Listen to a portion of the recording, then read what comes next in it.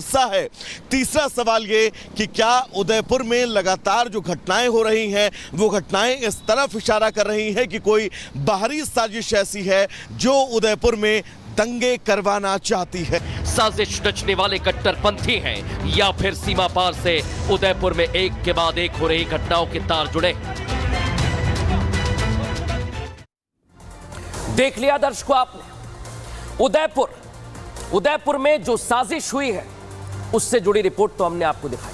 अब यह है वो मंदिर, यही है वो मंदिर जहां पर साजिशन क्या टुकड़ा फेंका गया, यह सवाल हमारे जहन में आया। इसके लिए हमने अपने सहयोगियों को वहां भेजा है।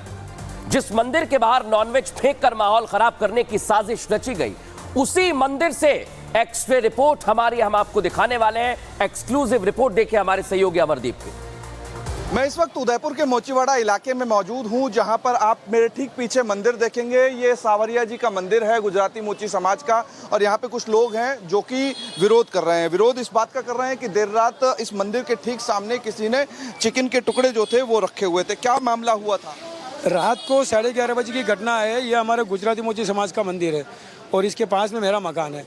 रात को किसी काम से मैं बाहर निकला तो इधर देखा गंदगी पड़ी हुई है। पास जाके देखा तो उसको चावल और चिकन के पीस पड़े हुए थे उसमें। तो फिर मैंने उसको सफाई कर दिया।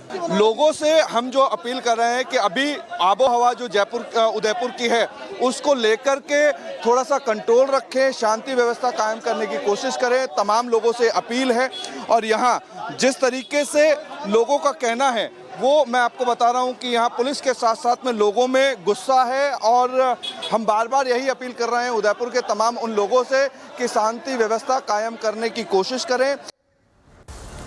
तो देख लिया आपने दर्शकों ग्राउंड जीरो से रिपोर्ट। लेकिन आखिर उदयपुर में इस तरह की घटना क्यों घट रही है, आपको एक जानकारी देते हैं। जो 2011 के सेंसस है उसके मुताबिक हिंदू और मुस्लिम आबादी, हिंदू आबादी कितनी है 72.90% और मुस्लिम आबादी 15.67%। लेकिन इसके बाद क्या डेमोग्राफी बदल रही है? क्या उदयपुर पे किसी की निगाहें हैं जो साजिश कर उसे सुलगाना चाहता है? हमारे सहयोगी ने वहां से रिपोर्ट तैयार की, दिखाते हैं। मैं जिस जगह मौजूद हूँ वो जगह है मोचीवाड़ा। और मोचीवाड़ा के इर्द गिर्द इलाकों की अगर बात करें तो मुखर्जी चौक है, घंटाघर है, इसके अलावा जगदीश चौक है। और तमाम आसपास की जो इलाके हैं वो हिंदू और मुसलमानों की अगर बात की जाए तो 60% यानी 60% हिंदू और 40% यानी 40% जो है मुस्लिम आबादी इस पुराने ओल्ड शहर के आसपास रहती है। मोचीवाड़ा में ही सावरिया सेठ का मंदिर और उस मंदिर के बाहर आपत्तिजनक जो चीजें पड़ी मिली, उसी को लेकर के यहाँ मोचीवाड़ा के लोग जो थे वो आक्रोशित हुए। उनका कहना था कि देवराज जो था वो मोची समाज से आता था और मोची समाज से आता था, इसी कारण से मोची समाज को टारगेट करने की एक कोशिश है। उदयपुर में मंदिर के बाहर नॉनवेज के टुकड़े मिलने की खबर जैसे ही सामने आई तो हमने पड़ताल की। रिपब्लिक भारत ने एक के बाद एक उदयपुर में हो रही घटनाओं का कारण जानने की कोशिश की। इसके लिए हम पड़ताल करने उदयपुर पहुंचे ताकि हमें यह पता चल सके दर्शकों कि देश को सुलगाने की यह साजिश क्या महज इत्तेफाक है। हमें यह भी पता करना था कि अगर यह साजिश है तो इसके पीछे किसका हाथ है। स्थानीय लोगों का गुस्सा फूट पड़ा, नाराजगी की सीमा का बांध अब टूट चुका है।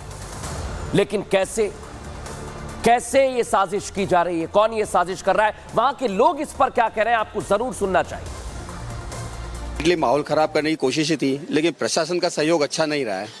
प्रशासन से जब पूछा गया कि ये क्या चीज़ है, कि आलू की सब्जी है, जबकि उसमें मटन की पीस नजर आ रहा है। पहली बार इस प्रकार की घटना हुई और जिस प्रकार से रखा गया था ऐसा लग रहा था कि जैसे किसी ने पूरी प्लानिंग के साथ ये चीज़ करी, जानबूझ के बिल्कुल जानबूझ के रखी गई। बिल्कुल जानबूझकर मोची समाज को टारगेट किया जा रहा है कि उनके माहौल खराब किया जाए।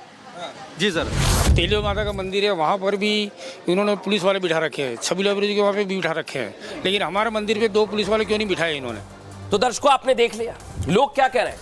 लेकिन अब मैं आपको बता रहा हूं कि आखिर उदयपुर एपिसेंटर क्यों बना हुआ है। जैसा हमने आपको शुरुआत में दिखाया, लेकिन उसमें अब एक फैक्टर नजर आ रहा है दर्शकों, और वो है एम फैक्टर। ऐसा हम क्यों कह रहे हैं? क्योंकि कन्हैयालाल हत्याकांड में भी वही, देवराज हत्याकांड में भी वही चीज सामने आई। और अब सवाल यह खड़ा होता है कि जब सुलगाने की साजिश रखी जा रही है, एम फैक्टर सामने आ रहा है, तो मंदिर के बाहर जो चीज संदिग्ध है उसे फेंका गया, तो इसके पीछे भी क्या वही एम फैक्टर है? हालांकि ये जांच पड़ताल का विषय है, जांच के बाद धीरे धीरे चीजें सामने आएंगी। लेकिन अब पुलिस क्या कह रही है, सुनवाते हैं आप। घटना के 5 दिन तक लगातार शहर में, उदयपुर जैसे शहर में जो टूरिस्ट स्पॉट है इंटरनेशनल लेवल पे, वहाँ पर इंटरनेट सेवाएं सस्पेंडेड रही और सभी के सामूहिक प्रयास के पश्चात आज हम कानून व्यवस्था को सामान्य कर पाए हैं, जन सामान्य हुआ है और इंटरनेट को हमने बहाल भी किया है। ऐसी परिस्थिति में पुनः कई लोगों के ये प्रयास होते हैं कि इस इंटरनेट प्रारंभ होने के पश्चात सोशल मीडिया के माध्यम से ऐसी पोस्ट वीडियो के माध्यम से शहर के माहौल को ख़राब करें। तो मेरा सभी से निवेदन है कि ऐसी पोस्ट सोशल मीडिया पर कोई भी देखता है, सुनता है, तो तुरंत ऐसी पोस्ट के बारे में प्रशासन को जानकारी दे। तो देख लिया दर्शकों आपने, सुलगाने की साजिश की जा रही है, लेकिन पुलिस अलर्ट पर है। पुलिस हर एक शख्स पर नजर रख रही है और कोई भी गड़बड़ ना हो इसका पूरा ख्याल रखा जा रहा है। अब दर्शकों मैं खबरों में आगे बढ़ूं उससे पहले आज एक मामला सामने आया। क्या हुआ यह आपको बताता हूं। भारत बंद का आह्वान किया गया था और पुलिस सड़कों पर तैनात थी। उपद्रवियों को चिन्हित किया जा रहा था, लेकिन इस दौरान एक सिपाही ने भारी मिस्टेक कर दी। एसडीएम साहब को ही उसने लाठियों से पीट दिया। दर्शक सोचिए आप, एसडीएम सड़कों पर थे लेकिन सिपाही ने एसडीएम को क्यों मारा और बिना गलती के वो सॉरी भी कहता है। इस रिपोर्ट में दिखाता हूं।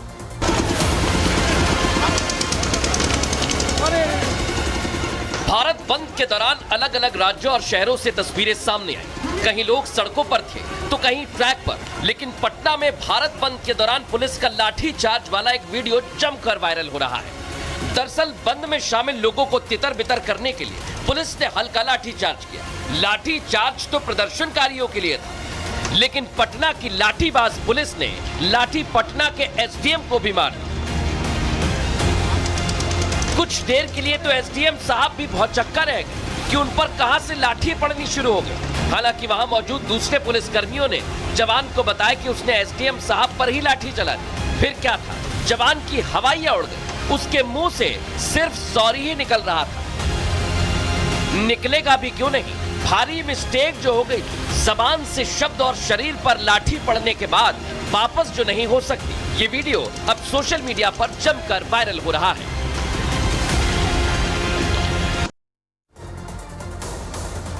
तो देख लिया दर्शकों आप। अब खबरों में आगे बढ़ेंगे और बात करेंगे सोनू सूद।